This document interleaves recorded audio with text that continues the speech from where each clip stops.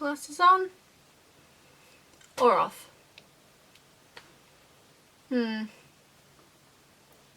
Off. I can't tell if I'm in focus now, yay. Hi guys!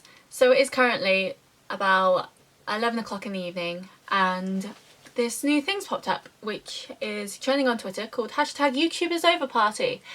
And being me, I had to give my 2 cents in because, I mean, I do YouTube, I do it as a hobby, I never really want to make it a proper thing, I guess. I mean, it'd be nice to, but I'm quite happy living a normal life doing a 9-to-5 job.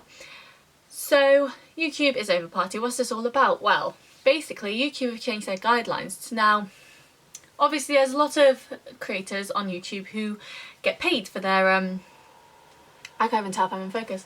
I'm gonna put my glasses on. I'm so blind. There are a lot of YouTubers who obviously get paid for what they put up, they get paid for what they're doing, and they do this by monotonizing their videos, so they'll have adverts on their videos and stuff like that. And YouTube is changing their guidelines into what you can monotonize. So before it was about copyright music and all that sort of stuff, and now it's more about nudity, sexual references, swearing, all that sort of stuff. Basically a bit out there and a bit not politically correct. So I look like such an idiot, look at me. So YouTube is basically changing the way it works, and there's a lot of content creators on YouTube who do swear a lot, who do have maybe sexual references, who do... Another one was drugs, and that was like a big one for me because I thought that was a bit weird that people would quite happily smoke and do drugs online when it's clearly illegal in a lot of places. Maybe not where you're from, but elsewhere. And so yeah, they're changing it, and obviously a lot of content creators aren't happy about this because basically they're being silenced. They're not allowed to express who they are anymore or talk about things that are really important. And obviously it's important to talk about things that are important because there's a lot of stuff going on in the world at the moment with terrorism and politics and all that sort of stuff, and if people don't talk about it, then people can't be educated enough to help or change it or whatever. And so I think in some ways this is a good thing because I do think it's wrong how much people swear and are a bit out there on YouTube. I don't care if you have the self-assurance and the self-worth to be a bit provocative, but when you're swearing to the extent that some of these people swear, and my battery's gonna die, to some of these people swear, it does get a bit worrying because even if you don't think that children watch you, they do. YouTube is a big platform for music, for films, for everything, and you're part of it. You're going to come up in their recommended, and you're going to have an influence on this child, on this teenager. I work in a restaurant part-time, and we obviously have a lot of children come through, and I've seen 7 and 8-year-olds talk about PewDiePie. I've seen 4-year-olds watching Minecraft videos from YouTube on their parents' phones. I've seen them all doing this and doing that.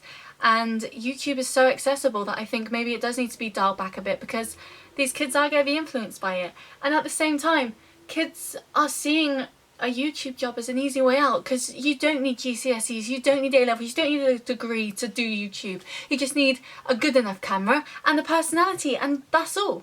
And so these kids see it as an easy way out of, oh, I don't care if I don't get my C in maths because I'll go and be a YouTuber. But it's a lot harder than people make it look. Like, literally, I've tried becoming a YouTuber and here I am with my less than 40 subscribers, whoop whoop.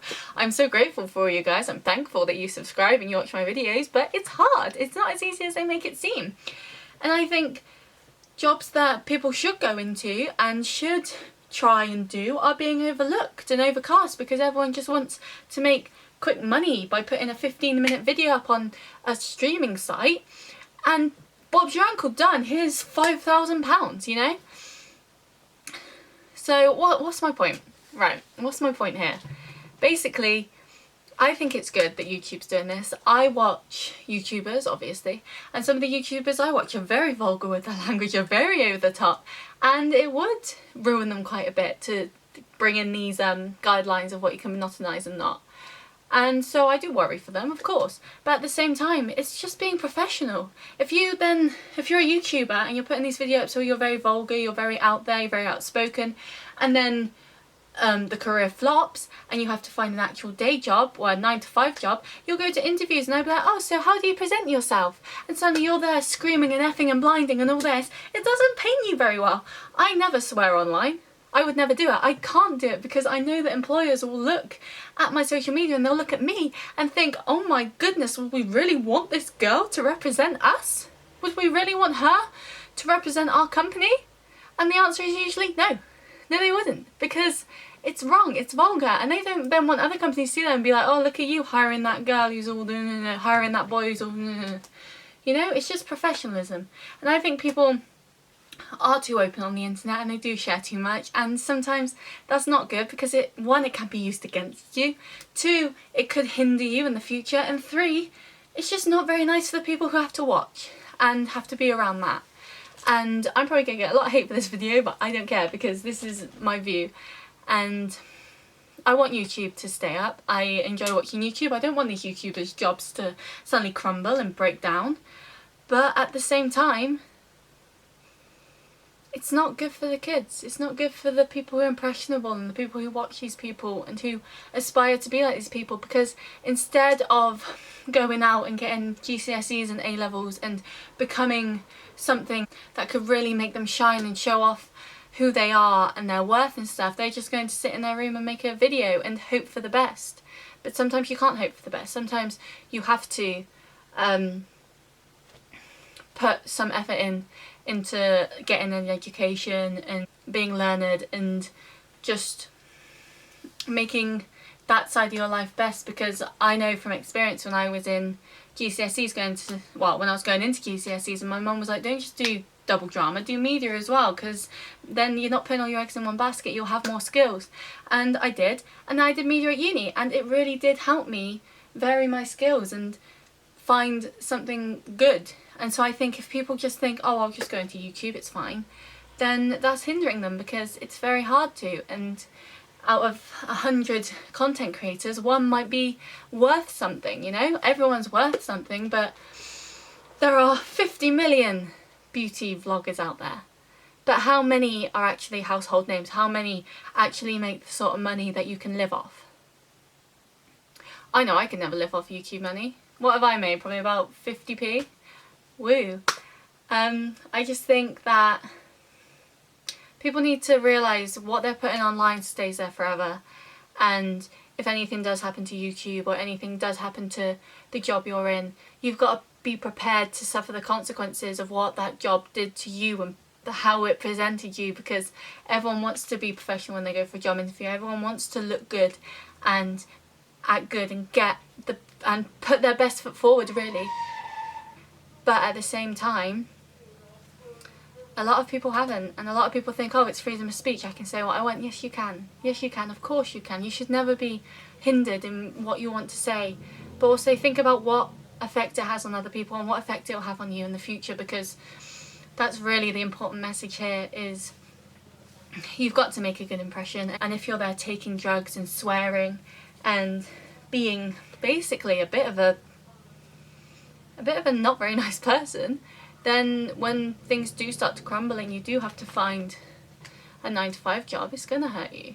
So my camera died. So yeah, what I was saying is, to sum it all up, just remember that what you put online is there forever, and one day someone really important could be looking through your profile and they could see stuff that they don't like, and that could really hurt you, and nobody wants to be hurt that way. So just make sure that what you're putting online is stuff.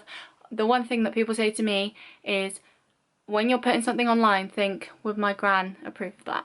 And if she wouldn't, don't put it. Don't be mean, don't be hateful, don't be spiteful, and just be a nice person. Just be the person, be the best person that you can be, and be the person that you want people to like and to see, and when they see you think, oh, she's a good person. Because you can talk about politics, you can talk about all this sort of stuff. I mean, I know YouTubers change some of that stuff now, but that stuff I don't think they should stop you from talking about, because that's important stuff that people need to be educated about, because I don't think we're educated about enough. So do talk about politics, do talk about educational stuff, do talk about things that matter, but maybe just don't swear, really. I mean, swearing doesn't really add anything to what you're saying, it's just an extra word. Really, that's my opinion anyway. Okay, we'll see you next time. Bye!